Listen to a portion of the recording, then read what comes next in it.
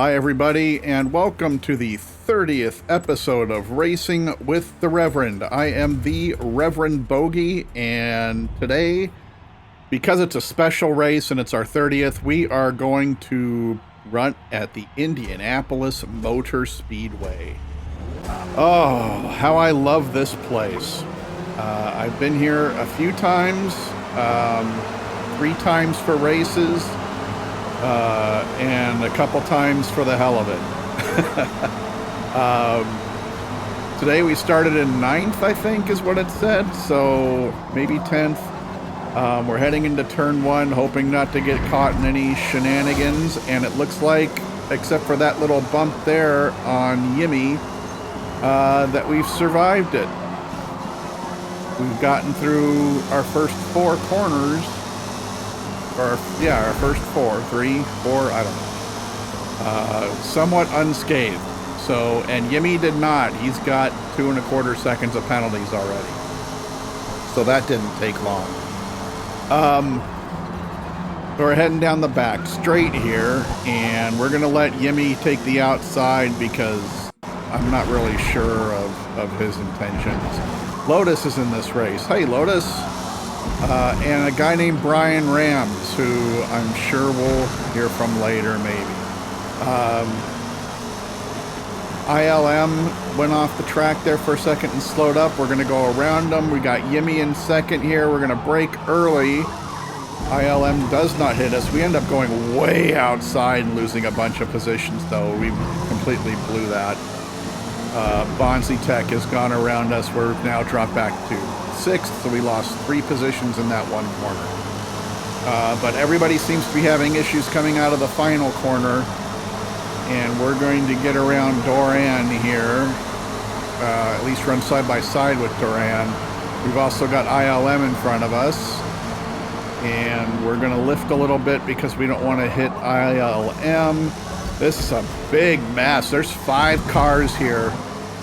With CJ Blister, Duran, actually there's 6 of us here, all battling for 2nd, 3rd, 4th, 5th. ILM goes off, Blister goes underneath us, as does Duran. We kind of had to let up a little bit so we didn't take ILM out. Looks like someone went off the track again. Not sure who that is. It looks like it's Yimmy. So we're coming up to Yimmy again. We're still in 6th as we head into this very technical section here of S's.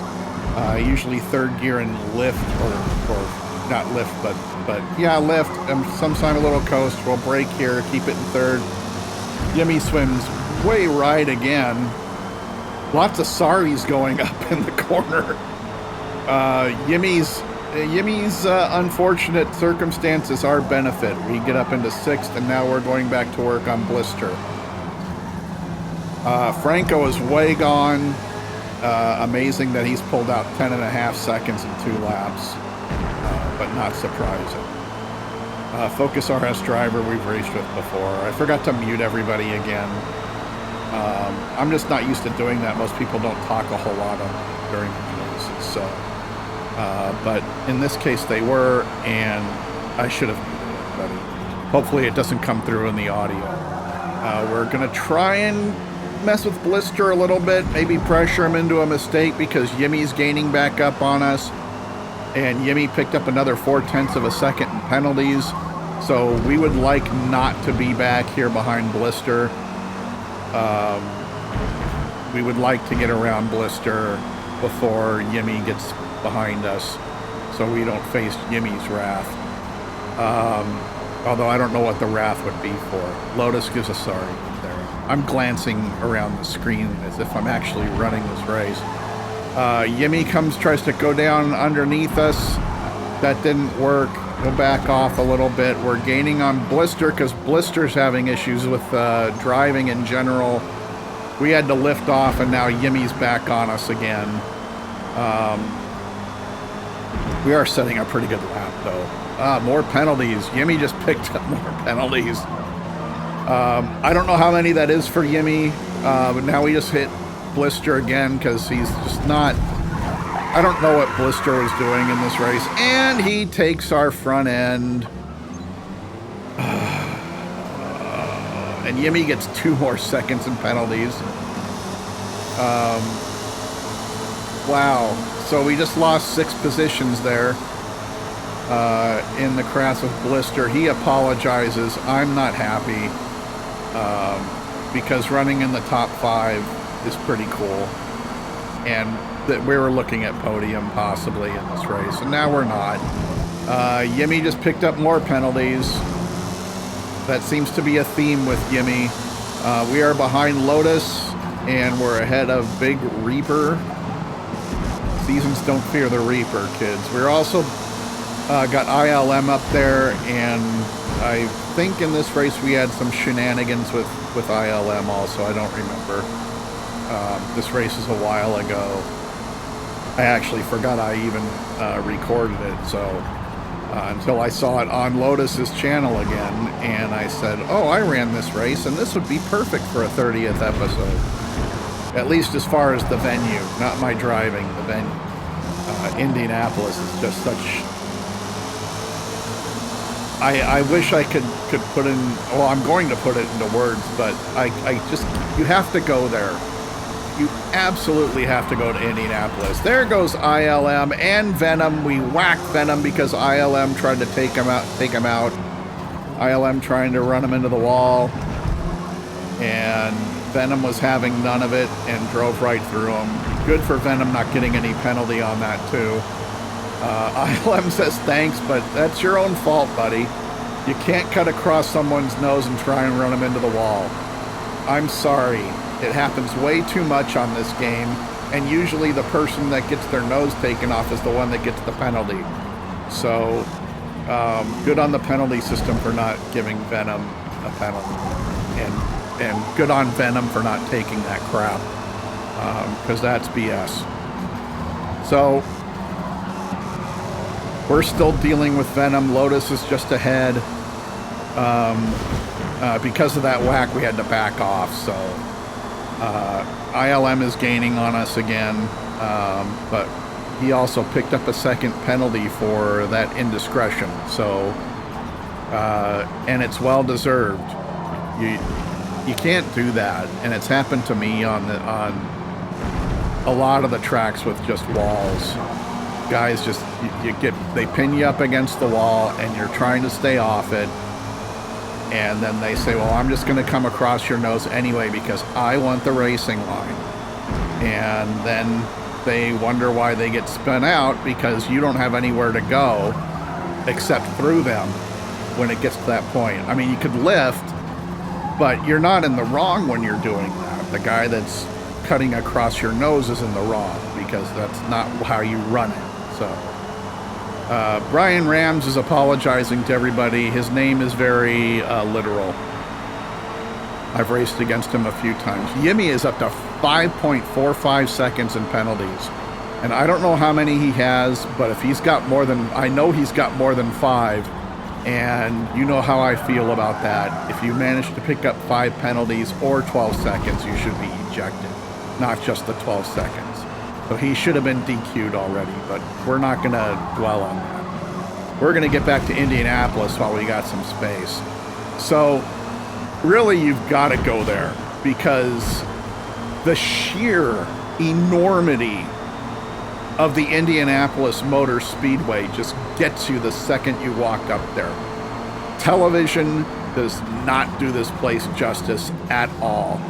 As Yimmy and Venom are battling in front of me for 8th, I kind of cut that part of the track, but I didn't get a penalty. So that's the first thing that struck me is when I went to my first race there. I went to a Formula One race on this infield course, although the layout was a little different then. Thank you, Balu, for that little thing on the corner. And so the first time I went here was for a Formula One race, and I was just gobsmacked by how big this place is. Balu goes into the pit, so he hit me for nothing. Okay. It is massive place. And so we went there for the Formula One races, myself, my brothers, 2 of my brothers, and a couple of our friends. Oh no, it was 3 of our brothers. No, it was 2 of our brothers and a couple of our friends who lived in Michigan with one of my older brothers. We all went together, stayed at a guy's house outside of Indy, and had a general good time. It was fun. You can see those cones over there. That's where the infield section used to go, is where those cones are. There's another turn back there. And that Formula One used that portion. And it was loud. I had to wear earplugs. This is way back in the day, obviously. I think it was like 2004, 2005. And those engines were very loud. So if you took your earplugs out and they came by you, you knew it. Your ears were ringing.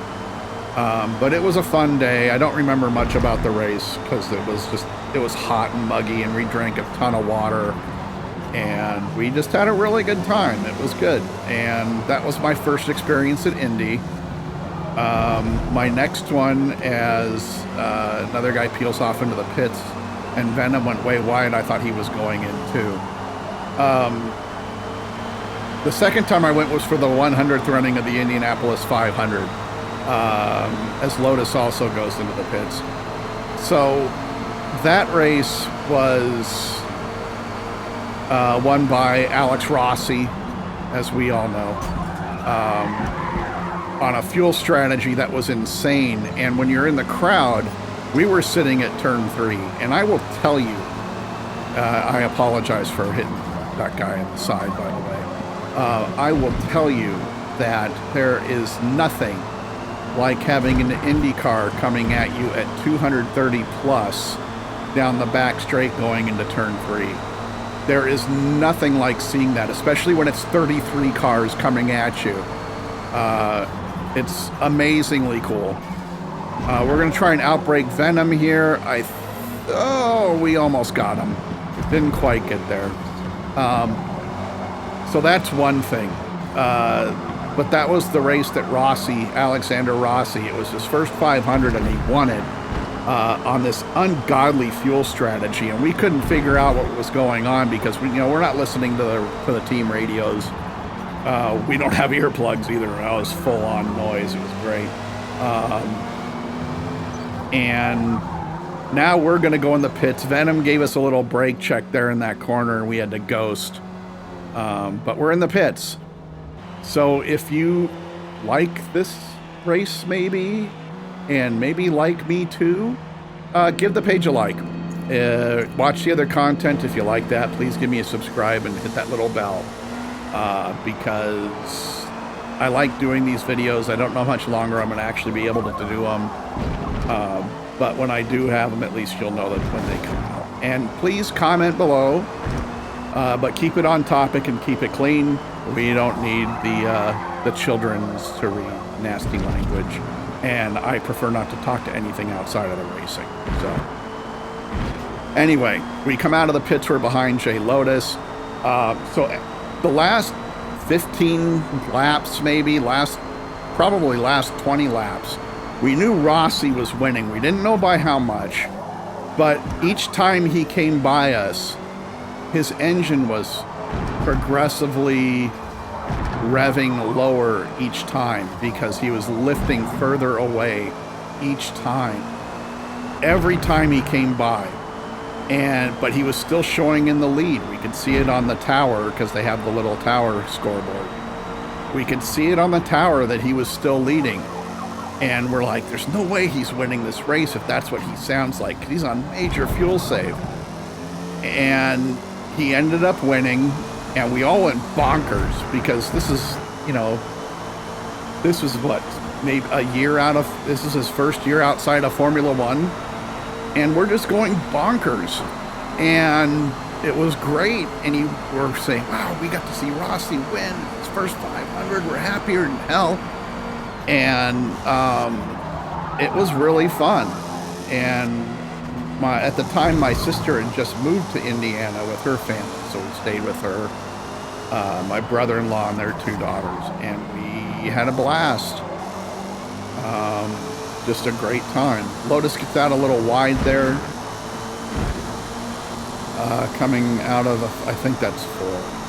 So, but we just had a really great time. And a couple years later, I went back again, and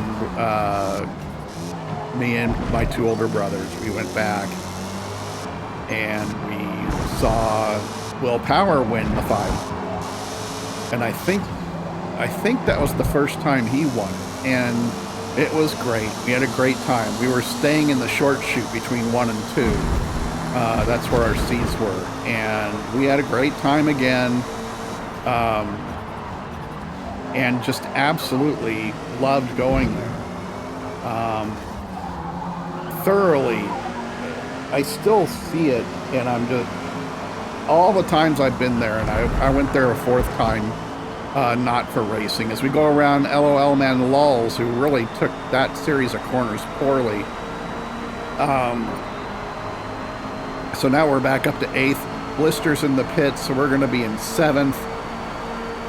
Once he gets out, and we're still 10.5 seconds between off of Prime.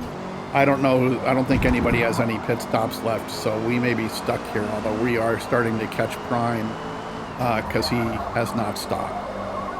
The last time I went there, we just went to go do the tourist thing. We went to the museum, which was really cool. We got to see all the race-winning cars in the museum. We got to take a tour of the track on a bus. They actually stopped us at the Yard of Bricks and let us get out for about 10 minutes, and we got to kiss the Yard of Bricks, which I know is not for everybody, as Venom had a little net glitch there. I thought he went off the track, but he net glitched, and is still gaining on us. But it was just, you know, unreal to see all these cars, and a lot of them I remembered because I've been watching this race since I was a kid, probably going over 50 years now. I've been watching this race, and I love this race, and I've seen all the changes they've done. I remember when Tom Sneva was the first guy to hit pole at 200 miles an hour. I watched Ari Lyondike qualify at 237, I think, or some ungodly number. It's still a record because IRL let everybody run an extra couple hundred horsepower in their engines to show, hey, we're fast too. But the museum was really cool. The trip around the track was cool. My wife was my now wife. She was my girlfriend at the time. We were doing the tour together with my brothers, and because my brother-in-law and sister were working that day, so we were on our own. So we did this tour and kissed the bricks, and then they had a simulator in there that was running Forza. I think it was Forza 6.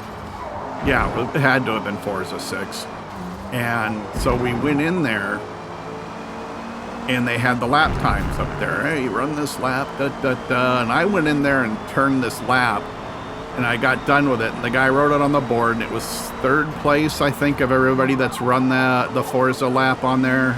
You do the full 4 laps, but the first 2 I was just getting used to driving Forza again, because I've been playing Gran Turismo for so long. But they didn't count that. They didn't do a laverage. It was just 1 lap. And so I turned a lap, and the guy came back, and I said, well, that was pretty good. And he goes, yeah, if you had done that in the real car on the track for the 500, you would have qualified 4th. And I went, oh, okay.